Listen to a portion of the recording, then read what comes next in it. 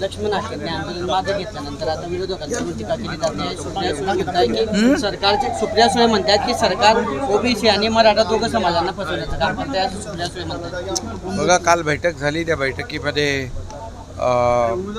दोन्ही उपमुख्यमंत्री होते, इतर मंत्री होते, भुजबळ साहेब होते, सर्वजण होते आणि त्यामध्ये चर्चा झाली, सकारात्मक चर्चा झाली ओबीसी समाजाच्या नेत्यांच्याबरोबर. आणि मराठा समाजाला आरक्षण देताना ओबीसीवर अन्याय होणार नाही ही सरकारची भूमिका पहिल्या दिवसापासून आहे.